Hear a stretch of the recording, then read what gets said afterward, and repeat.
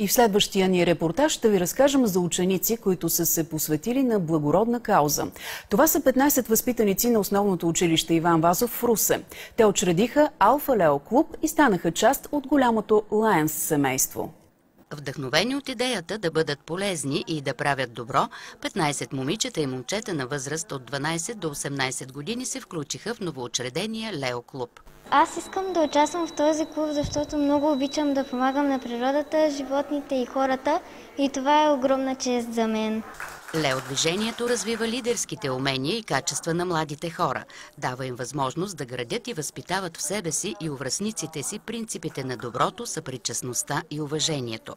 Клуб Лео в училище Иван Вазов беше учреден на специална церемония, на която младите лъвчета получиха сертификати. В бъдещите си дейности те ще бъдат напътствани от своите ментори, дамите от Лайънс клуб Русе Сексагинта Приста. Това е новото начало, което ще даде пример на много подрастващи да бъдат по-вдъхновени, да бъдат по-пълноценни като граждани, да се развиват с идеите си и да ги изпълняват, да бъдат насочени към много благотворителни каузи, да бъдат насочени към околната среда. Своята подкрепа за работата на Лео клуба заяви и кметът на Русе Пенчо Милков. Той насърчи малките доброволци да преследват целите си. Когато решиш да направиш добро, много по-силен си, когато го правиш с приятели, когато се съберете заедно. А дали си добър човек, се измерва много простичко.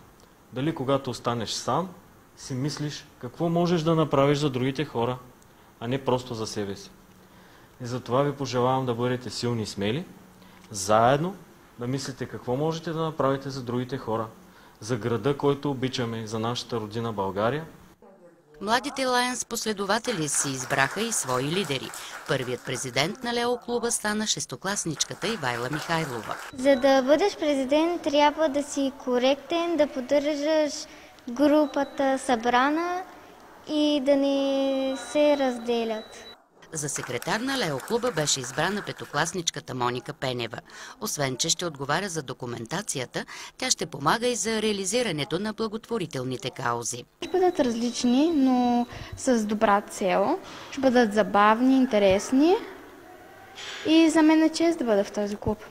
Малките лъвчета вече осъществиха своята първа благотворителна инициатива. Тя беше в лесопарк Липник и премина под наслов "Нашият лесопарк – екологично място за туризъм и отмора". Засадихме дървета, почистихме една малка част от самия лесопарк. Всъщност тази инициатива беше свързана точно с това, че трябваше по някакъв начин да покажем на русенската общественост, че ние сме готови да учредим с много радост и желание този клуб. Клуб Лео в училище Иван Вазов ще продължи традициите на първата детска Лайънс организация в Русе, която е била създадена преди 20 години.